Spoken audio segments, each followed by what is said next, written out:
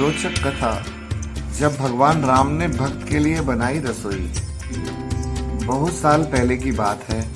एक आलसी लेकिन भोला भाला युवक था आनंद। दिन भर कोई काम नहीं करता, बस खाता ही रहता और सोए रहता था। घर वालों ने कहा, चलो जाओ, निकलो घर से, कोई काम धाम करते नहीं हो, बस पड़े रहते हो। वह घर से निकलकर यूं ही भटकते हुए एक आश्रम में पहुंचा। वहां उसने देखा एक गुरुजी हैं और उनके शिष्य हैं। कोई काम नहीं करते, बस मंदिर में पूजा करते हैं। उसने मन में सोचा, ये बढ़िया है, कोई काम धाम नहीं, बस पूजा ही तो करना है। गुरुजी के पास जाकर पूछा, क्या मैं ये यहाँ रह सकता हूँ? गुरुजी बोले, हाँ हाँ, क्यों नहीं, लेकिन मैं तो काम नहीं कर सकता हूँ। गुरुजी बोले, कोई काम नहीं करना भाई, बस पूजा करना होगी। आनंद बोला, ठीक है, वो तो मैं कर लूंगा। अब आनंद महाराज आश्रम में रहने लगे। ना कोई काम, ना कोई धाम, बस सारा दिन खाते रहो और प्रभु भक्ति में भजन गाते रहो। महीना भर हो गया, फिर एक दिन आई एकादशी। उसने रसोई में जाकर देखा तो खाने की कोई तैयारी नहीं। उसने गुरुजी से पूछा, आज खाना नहीं बनेगा क्या? गुरुजी ने कहा, नहीं, आज तो एकादशी है, तुम्हारा भी उपवास है। उसने कहा, नहीं, अगर हमने उपवास कर लिया गुरुजी तो कल का दिन ही नहीं देख पाएंगे हम नहीं कर सकते उपवास। हमें तो भूख लगती है, आपने पहले क्यों नहीं बताया? गुरुजी ने कहा, ठीक है, तुम ना करो उपवास, पर खाना भी तो तुम्हारे लिए कोई नहीं बनाएगा, तुम खुद बना लो। वो बोलते हैं ना, मरता क्या ना। गया रसोई में, गुरुजी फिर आए, देखो, अगर तुम खाना बना लो तो राम जी को भी भोग जरूर लगा लेना और नदी के उस पार जाकर बना लो रसोई।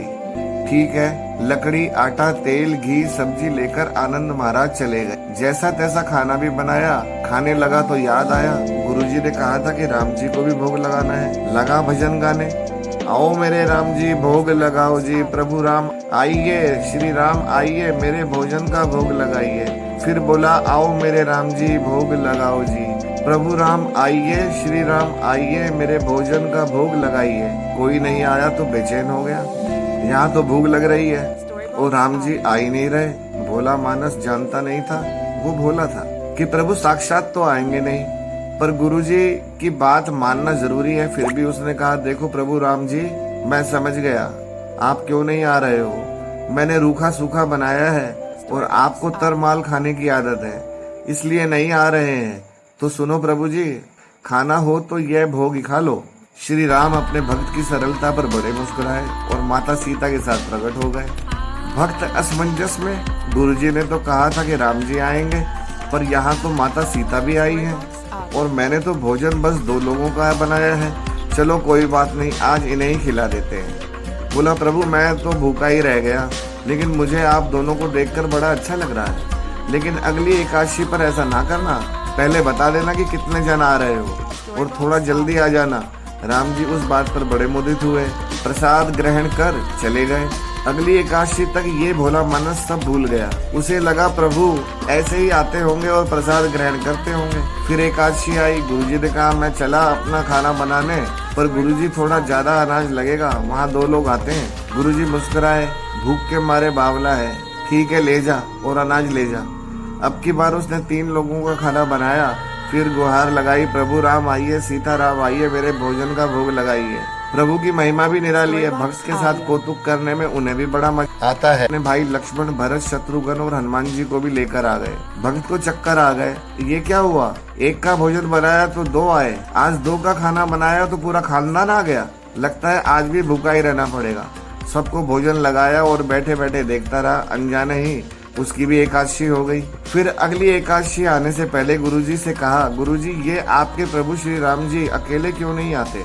हर बार कितने सारे लोग ले आते हैं, इस बार अनाज ज्यादा देना। गुरुजी को लगा कहीं ये अनाज बेचता तो नहीं है, देखना पड़ेगा जाकर। भंडार में कहा, इसे जितना अनाज चाहिए दे दो और छुपकर उसे देखने चल पड़े।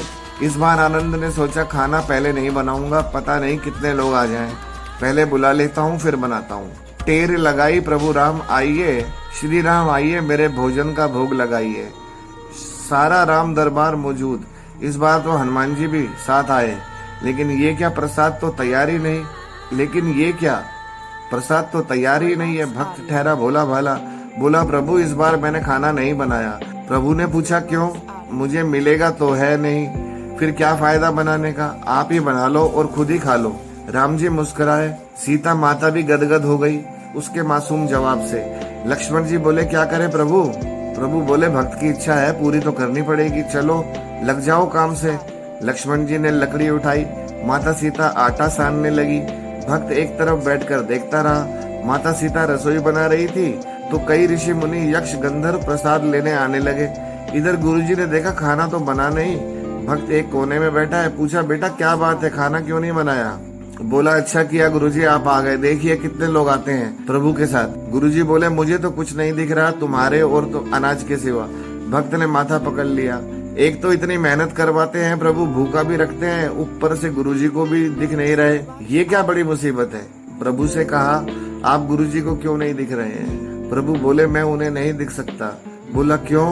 वो तो बड़े पंडित हैं, ज्ञानी हैं, विद्वान हैं, उन्हें तो बहुत कुछ आता है, उनको क्यों नहीं दिखते आप? प्रभु बोले माना कि उनको सब आता है पर वे सरल नहीं है तुम्हारी तरह, इसलिए उनको नहीं दिख सकता। आनंद ने गुरुजी से कहा गुरुजी प्रभु कह रहे हैं आप सरल नहीं है इसलिए आपको नहीं दिखेंगे। गुरुजी रोने लगे, वाकई मैंने सब कुछ पाया पर सरलता नहीं पा सका तुम्हारी तरह, और प्रभु तो मन की सरलता से ही मिलते हैं। प्रभु प्रकट हो गए, गुरुजी को भी दर्शन दिए।